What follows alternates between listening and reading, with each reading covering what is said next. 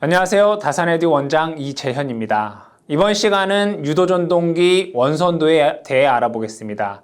이 유도전동기 원선도를 다른 말로 헤일런드 원선도다라고 얘기를 합니다. 이 헤일런드 원선도라고 하는 것은 이 유도전동기 시험 시 실제 부하를 걸어놓고 시험하지 않고도 이 전류에 대한 벡터를 갖고 전동기 특성을 쉽게 알 수 있는 방법이 되겠습니다. 그래서 이번 시간에는 헤일런드 원선도를 작성하기 위한 시험 3가지와 그 다음에 헤일런드 원선도를 작성하는 방법이 있겠지만 이 방법에 대해서는 여러분들이 크게 중요한 것이 아니기 때문에 이 방법에 의해서 작성된 이 헤일런드 원선도를 해석하는 이 방법에 대해서 알아보겠습니다. 먼저 첫 번째로는 헤일런드 원선도를 작성하기 위한 시험 3가지입니다.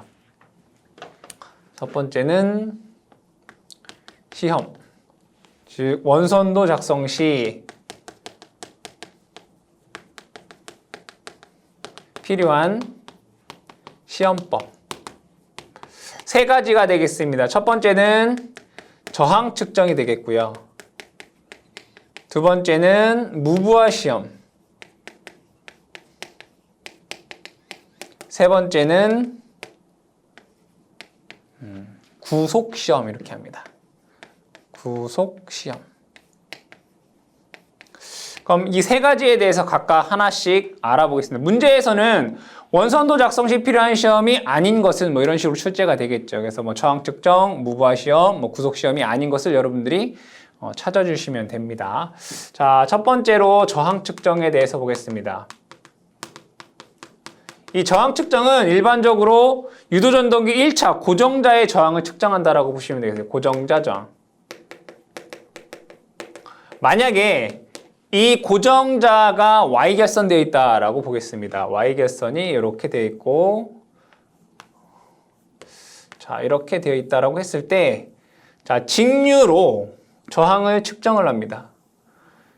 직류로 저항을 측정을 한다. 그러면 여기에 있는 저항을 R 측정을 할 것이고요. 또 여기간에도 저항 R 측정을 할 것이고요. 여기에도 저항 R을 측정을 합니다. 그럼 3번의 저항을 측정할 수가 있겠죠.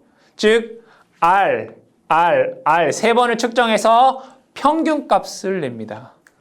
이거에 대한 뭐를 낸다? 평균값.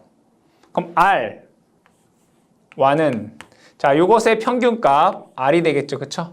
근데 여기 보시면 이 R이라고 하는 것은 얘와 얘의 저항간인 거고, 얘도 얘와 얘 간의 저항인 거고, 얘도 얘와 얘 간의 저항인 겁니다. 그러면 실제 이 하나의 저항은 그 값의 2분의 1인 거죠. 그러니까 2분의 1의 R이 될 것이고요. 자, 우리가 이 헤일런드 원선도를 작성한다라고 하는 것은 이 유도전동기의 등가이로를 그린다라고 볼 수 있습니다. 그럼 등가이로라고 하는 것은 유도전동기가 실제 운전 시가 되겠죠. 그럼 이 실제 운전을 하고 있다라고 하는 것은 건선에 전류가 흐른다는 얘기고, 건선에 전류가 흐르면 열이 발생합니다. 그럼 열이 발생하면 온도는 상승하겠죠. 즉, 이 유도전동기가 전격으로 운전해서 온도가 상승됐을 때의 저항값이다라는 것을 알 수 있습니다. 그럼 얘를 그 온도에 대해서 환산을 해줘야 됩니다.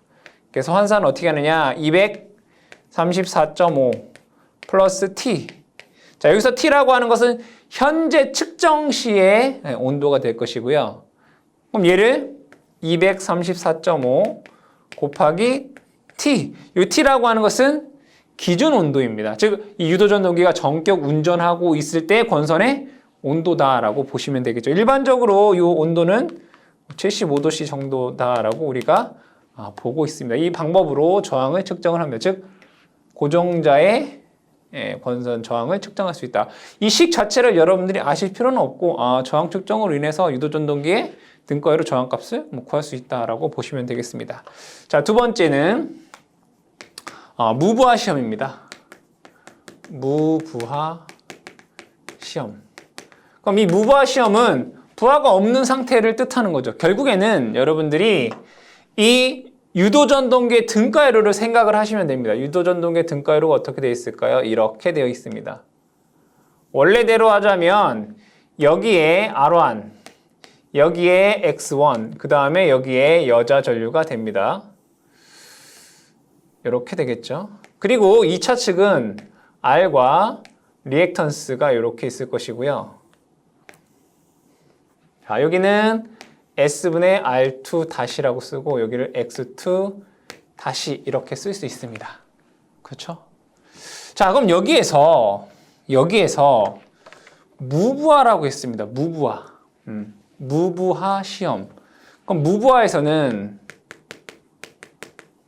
이걸 먼저 아셔야 돼요. 무부하다라고 하면 부하가 없는 상태입니다. 그럼 회전자의 회전 속도는 ns, 동기속도, 거의 동기속도로 회전을 하게 돼요. 부하가 없으니까. 회전자의 회전 속도가 거의 동기속도다. 그러면 슬립이 거의 0이다 이런 얘기죠. 거의 0이다. 그럼 슬립이 거의 0이다라고 하면 이 부분 보세요. 그러면 0분의 R2 다시라는 얘기죠. 그럼 이 값이 뭐로 수렴할까요? 무한대로 수렴을 합니다. 그럼 저항이 무한대다라는 얘기는 개방된 상태와 같다라는 얘기죠. 여기가 이렇게 개방된 상태입니다.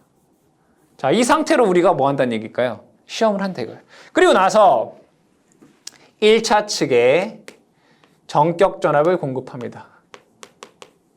정격 전압. 그리고 나서 여기에 전류를 측정을 하고요. 그 다음에 전력을 측정할 겁니다. 자, 이때 전력을 제가 P0라고 하고 이때 전류를 VI0, 그 다음에 전압을 V0라고 한번 보겠습니다. 오픈. 이렇게 보겠습니다. 자, 그러면 여기에서 이 무부하 시험을 통해서 무엇을 알 수 있느냐? 여기가 개방되어 있는 상태와 같기 때문에 무부하신 S가 0이기 때문에 여기가 무한대가 돼서 이쪽으로는 전류가 흐르지 않습니다. 그럼 모든 전류는 여기로 흐르게 됩니다. 즉 여기 흐르는 전류는 뭡니까? 모든 전류는 다 여자 전류가 흐르게 됩니다. 즉 우리는 전류계를 통해서 무엇을 알 수 있다? 바로 여자 전류를 알 수 있습니다. 여자 전류, I0를 알 수 있다는 얘기죠. 그러면 내가 정격 전압을 가하고 여자 전류를 알 수 있다라고 했기 때문에 자, 전압과 전류를 통해서 어드미턴스, 여자 어드미턴스는 Y라고 하죠. Y는 V0분의 I0다라고 쓸 수 있습니다.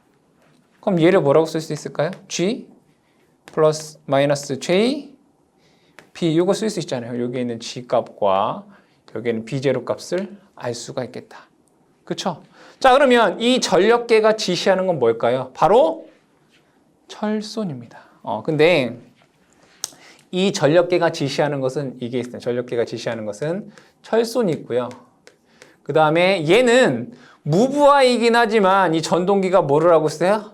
회전을 하고 있다고요. 뭘로? NS로 회전을 하고 있단 말이에요. 그럼 얘가 회전을 하고 있다라고 하는 것은 풍손도 있고요. 그 다음에 베어링에 의한 마찰손도 있잖아요. 이걸 다 합쳐서 우리는 뭐라고 할까요? 기계손 PM이라고 썼나요? 기계손. 즉 이 P0에는 여기서 측정되는 전력에는 철손도 있고 이 PM이라고 하는 기계손도 있고 여기에도 전류가 흐르잖아요. 그렇죠? 그러면 여기에 있는 1차 권선에 동손도 존재해요. I1 제곱 R1 이게 존재한단 말이에요. 근데 여기에서 보시게 되면 자, 이 값은 너무 작아요. 그래서 뭐 할 수 있다? 네, 무시할 수 있다. 그 다음에 이 철손과 요 기계손을 볼게요.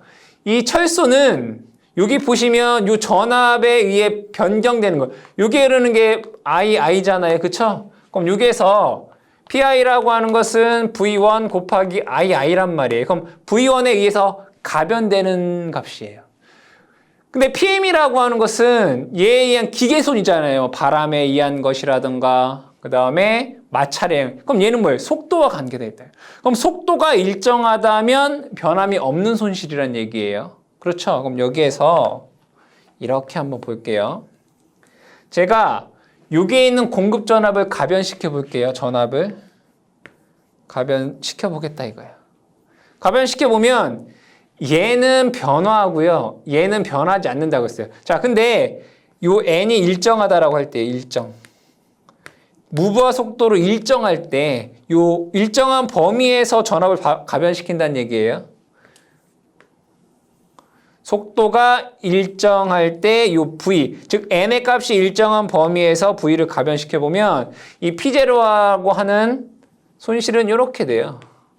그러면 정격 전압에서 V1에서 여기 쭉 보시게 되면 이렇게 나눠보면 요만큼이 기계손 PM이 될 것이고요. 그 다음에 여기서부터 여기까지가 철손 PI가 된다고. PI는 변화하니까. 그럼 내가 여기에서 뭘 알 수 있다는 얘기예요? 철손을 알 수 있다는 얘기예요. 철손 PI를 알 수 있다. 철손을 알면 당연히 철손 전류 II도 알 수 있죠. 그러면 자화 전류 IPI도 알 수 있잖아요. 왜? 여자 전류 이것을 알고 있으니까. 결국에는 무브화 시험을 통해서 이 부분을 우리가 알 수 있다는 얘기예요. 그렇죠? 이 부분을. 그리고 저항 측정을 통해서 이 부분을 우리가 알 수 있다는 얘기예요. 그 내용을 여러분들 기억을 해주시고요. 세 번째, 구속시험. 구속시험은 여러분들 유도전동기의 단락시험과 같습니다. 구속시험 뭐랑 같다? 단락시험과 같다. 그럼 얘도 마찬가지로 등가르를 한번 그려보겠습니다. 자, 이번에는 우리가 1차 측의 권선의 값이 미미하기 때문에, 즉 여자 전류가 미미하기 때문에 이 여자 회로를 이쪽으로 이렇게 옮길 수 있어요. 자, 등가로가 이렇게 되고요. 여기를 제가 R1, 얘를 X1, 여기를 S분의 R2 다시, 여기를 X2 다시라고 하고요. 자, 이러한 상태인 거죠. 자, 구속시험이라고 하는 것은 회전자를 구속합니다. 즉 회전하지 못하게 구속한다 이런 얘기예요.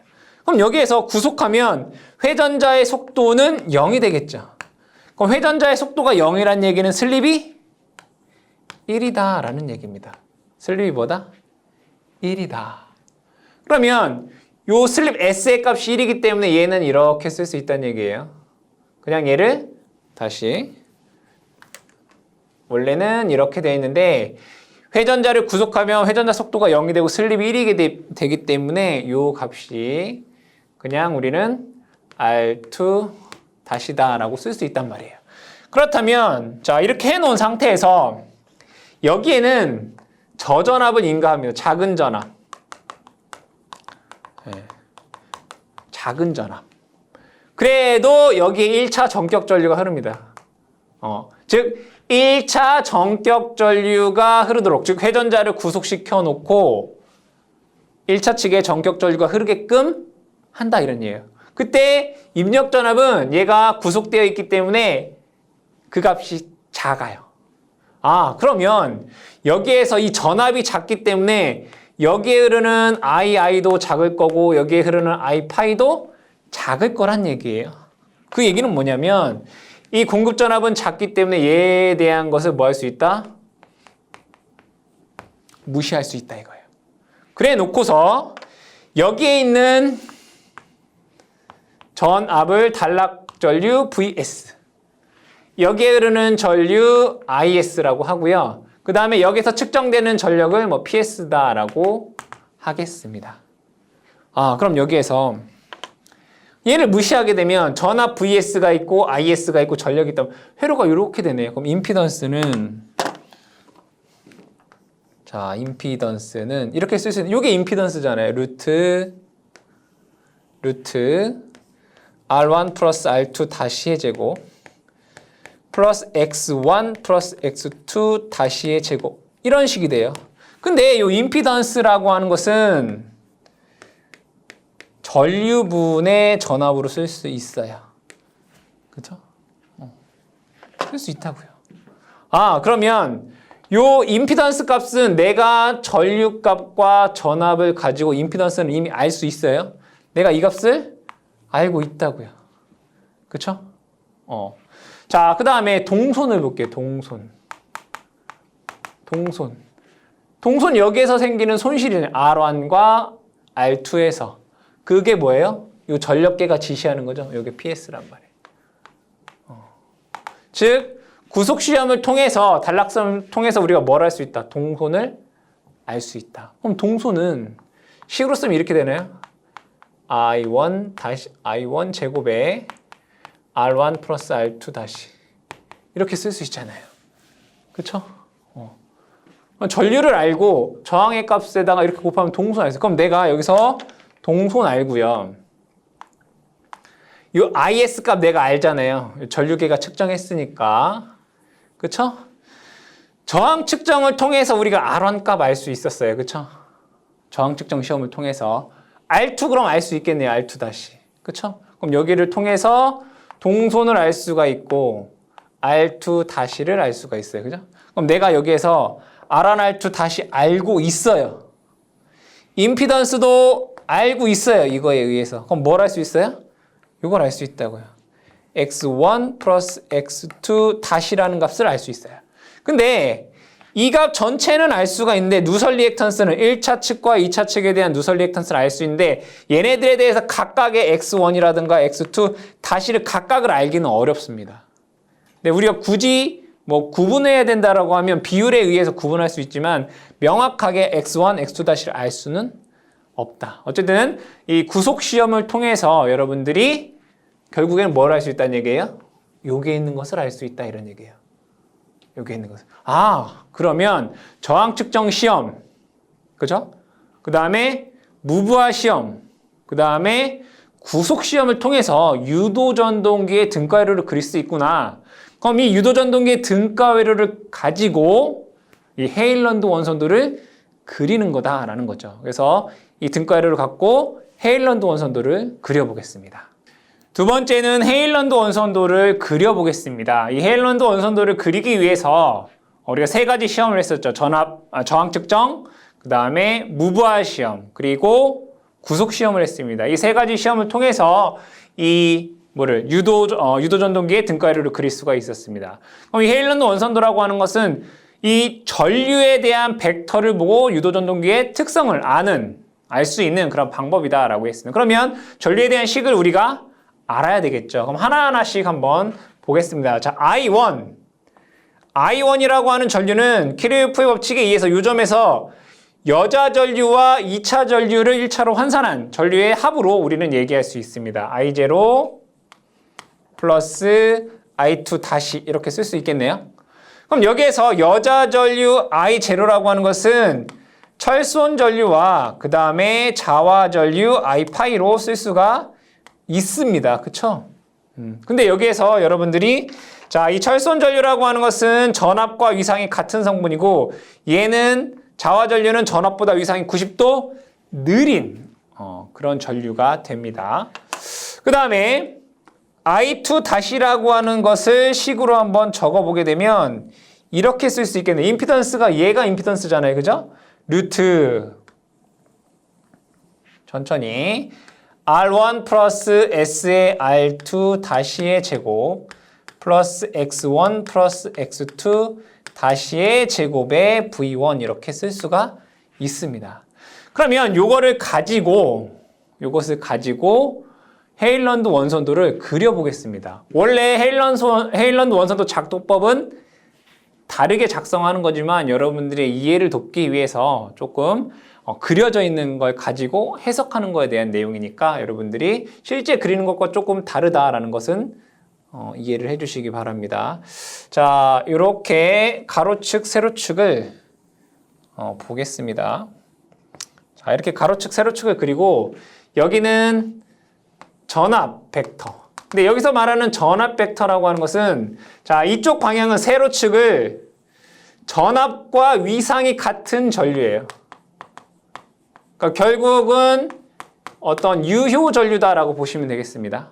전압과 위상이 같은 성분. 그리고 여기는 무효 성분입니다. 무효 성분인데 전압보다 위상이 90도 느린 전류라고 보시면 되겠습니다. 자, 근데 여기에서 이 I1이라고 하는 전류는 I0와 I2 다시를 더한 거예요. 이때 여자 전류라고 하는 것은 철손 전류와 자화 전류를 합친 거라고 했습니다. 그럼 가볍게 이렇게 쓸 수 있다는 얘기죠. 자, 철손 전류는 전압과 동일한 성분의 값이에요. 이렇게 쓸 수 있습니다. 얘를 제가 I다라고 써보도록 하고요. 자, 그 다음에 자화 전류는 전압보다 90도 느린 성분이에요. 이렇게 그릴 수 있습니다. 이렇게 그릴 수 있죠. 얘를 파이다 이런. 여기는 유효분 전류인 거고 여기는 90도 느린 무효분 전류인 거예요. 그럼 얘와 얘를 합친 것이 결국에는 여자 전류 I0다라고 쓸 수 있습니다. I0다. 이런 벡터가 되더라. 이런 얘기예요. 자, 그 다음에 I2를 그려보겠습니다. I2 다시. 그럼 I2 다시에 대한 식을 제가 다시 한번 적어보겠습니다. I2 다시는 루트 R1 플러스 S의 R2 다시 제곱 플러스 X1 플러스 X2 다시의 제곱의 V1 이렇게 됩니다. 그쵸? 자, 여기에서 회전자의 회전 속도 n 이퀄 0일 때를 보겠습니다. 회전자의 속도 n이 0이다 라고 하면 슬립은 1이 됩니다. 그죠? 슬립이 1이 돼요. 그럼 슬립이 1이 되면 이 값은 R1 플러스 R2 다시가 돼서 이 값과 이 값을 비교해 보면 이 값은 얘에 비해서 무시할 정도로 작게 됩니다. 결국에 I2 다시라고 하는 값은 이 값을 무시하게 되면 x1 플러스 x2 다시분의 v1이다 라고 하는 식으로 쓸 수가 있습니다. 그쵸? 얘를 무시하면 슬립이 1이면 R1 플러스 R2 다시가 0이기 때문에 이 값을 0으로 무시하면 얘를 0으로 놓으면 x1 플러스 x2 다시분의 v1으로 쓸 수 있다는 얘기예요. 그럼 얘는 리액턴스분의 v니까 얘는 다 전류보다 90도 느린 마이너스 j 값으로 쓸 수 있다고요. 그렇죠? 그럼 얘는 결국에는 이러한 벡터가 된다는 얘기입니다. 여기에서 이러한 벡터가 된다는 얘기예요.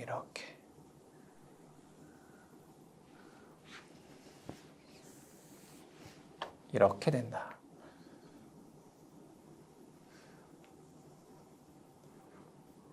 그쵸? 그러면 요거의 길이는 얼마가 됩니까? 바로 x1 플러스 x2 다시의 v1이에요. 근데 이때가 언제입니까? n의 값이 0, 슬립이 1. 결국에는 기동시예요. 그죠? 기동시 벡터가 이렇게 된다는 얘기예요. 그러면 회전자의 회전 속도 n의 값이 서서히 증가한다라고 보겠습니다. 서서히 증가한다. n의 값이 증가하면 슬립의 값은 감소를 하게 될 것이고요. 그럼 여기에 있는 R1 플러스 R2 다시라고 하는 값이 S분의 R2 다시라고 하는 값이 증가를 할 거예요. 그러니까 무시할 수 없어지게 된다 이거예요. 그러면 S값을 1에서부터 결국에는 어디로 증가하겠어요? n의 값이 ns가 될 것이고 s가 0이 될 것이고요. 그럼 얘가 0이 되면 여기는 무한대가 되잖아요. 그렇죠? 여기가 무한대가 된다면 s값이 0이 되면 여기가 무한대분의 v1이 되기 때문에 i2 다시라고 하는 값은 0으로 수렴하게 돼요.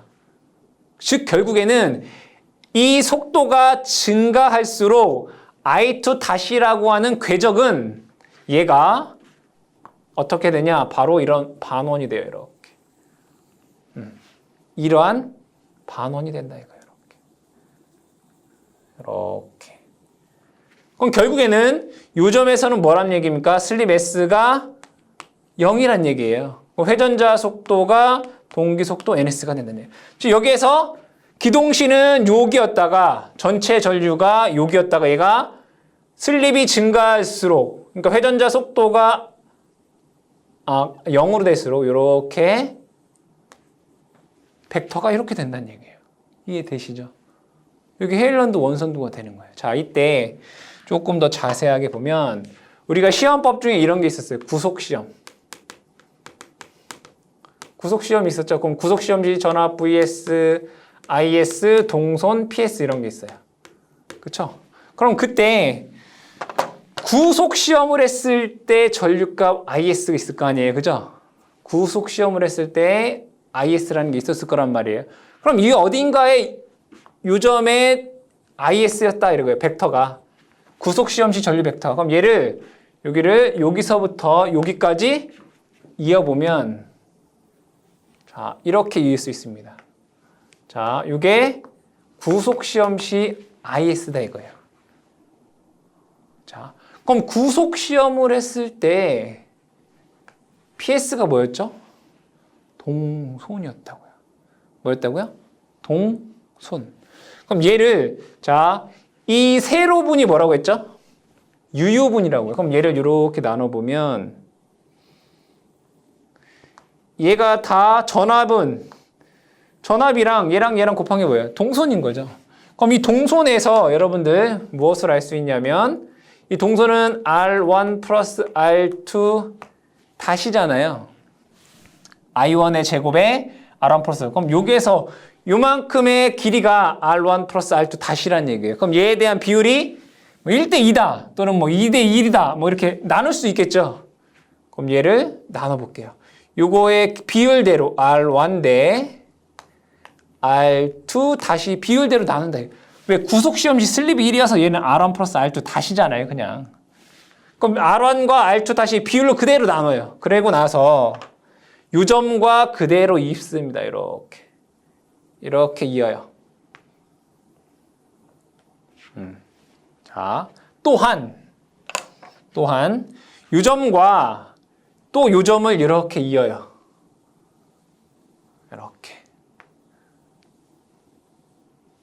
이렇게 잇는다 이거예요. 자, 이때 요 빨간색을 우리는 출력선 이렇게 얘기를 하고요. 요 하얀색을 뭐라고 하냐면 얘를 토크선 이렇게 얘기를 해요. 자, 그 다음에 이 유도전동기가 어떠한 슬립, 보통 슬립 S가 0.1에서 0.3 사이에서 뭐 전격 운전을 하잖아요. 그죠? 대략적으로 이러한 슬립에서 운전을 하더라 이거예요. 즉, 이 유도전동기가 전격 운전 시 그래프로 그려보면 우리 토크 그래프가 어떻게 돼 있죠? 여기가 n equal 0이고 여기가 ns라고 하면 토크 그래프가 이렇게 돼 있잖아요. 그죠? 그리고 부하 토크가 뭐 이렇다라고 하면 여기에서 뭐 슬립 S가 있을 거 아니에요. 얘에서 요 상태에서 전격 운전을 했을 때 I1이라고 하는 전류가 있겠죠. 그쵸? 그 전류의 벡터가 예를 들어 이거다. 이렇게. 얘가 I1 전격 운전 시 요거다라고 보자 이거예요. 전격 운전 시 이렇게 볼 수 있겠죠? 그러면 얘를 또 수직으로 이렇게 나눠볼게요. 이렇게 이 세로축은 다 뭐라고 했어요 제가? 유효분이다 라고 했어요. 그죠? 자, 이때 더 중요한 거 한번 여러분들과 얘기해 보겠습니다. 요 헤일런드 원선도에서 요 각 포인트에 대해서 제가 한번 기호를 적어 볼게요. 자, 요 점을 A라고 하고요. 요 점을 B라고 하고요. 요 점을 C라고 하고 요 점을 D, 요 점을 E는 필요 없는데 요 점을 그냥 D, E 이렇게 적어볼게요. A, B, C, D, E 아시겠죠? 이건 아닙니다. A, B, 여기가 C, 여기가 D, 여기가 E 점이에요. 자, 하나씩 보면 하나씩 보면 빨간색으로 할까요? 자, 분명히 여기서부터 여기까지 뭐라고 했어요? 철손전류예요. 철손전류. 그래서 여기서부터 요만큼 길이가 철손이에요. 철손. 그러니까 여기 보시면 여기서부터 여기까지 길이가 R1과 관련되어 있는 거잖아요. 여기 R1. R1이니까 1차 동손 이렇게 돼요. 그렇죠? 여기 얘기하는 거예요. 이렇게. 그 다음에 여기서부터 여기는 뭐냐면 R2-라고 되어 있잖아요. 그죠? 2차 동손을 의미하는 거예요. 그러니까 여기 말하는 거 여기. 그렇죠? 여기. 그 다음에 나머지 여기서부터 여기까지가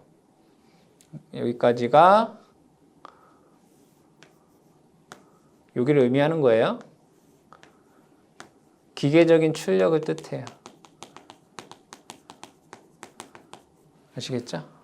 그럼 여기에서 하나하나씩 적어볼게요.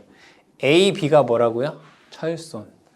선분 A, B가 철손이구나. 그쵸? 선분 BC의 길이가 1차 동손이구나. 선분 CD가 뭐예요? 2차 동손이구나. 맞나요? 그 다음에 DE가 기계적인 출력이구나.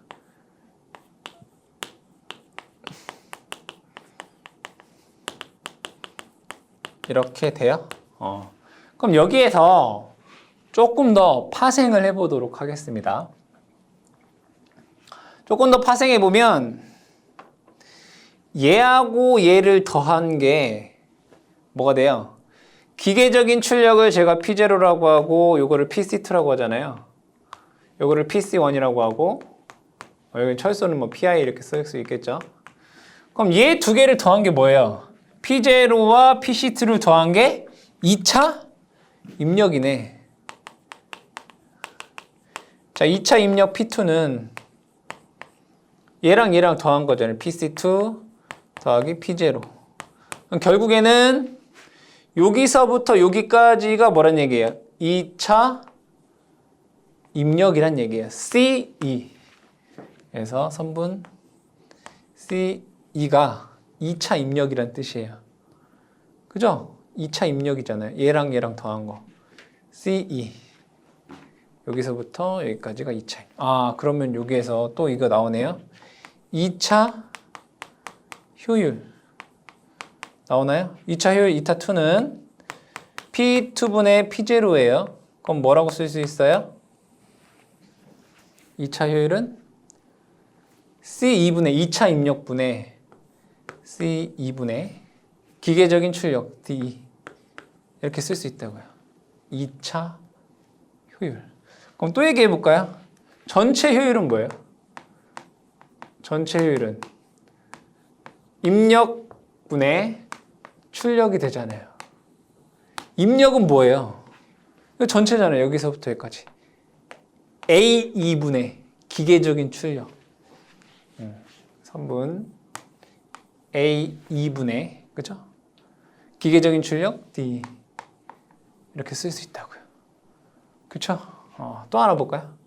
코사인 세타 뭐죠? 역률. 역률 뭐예요?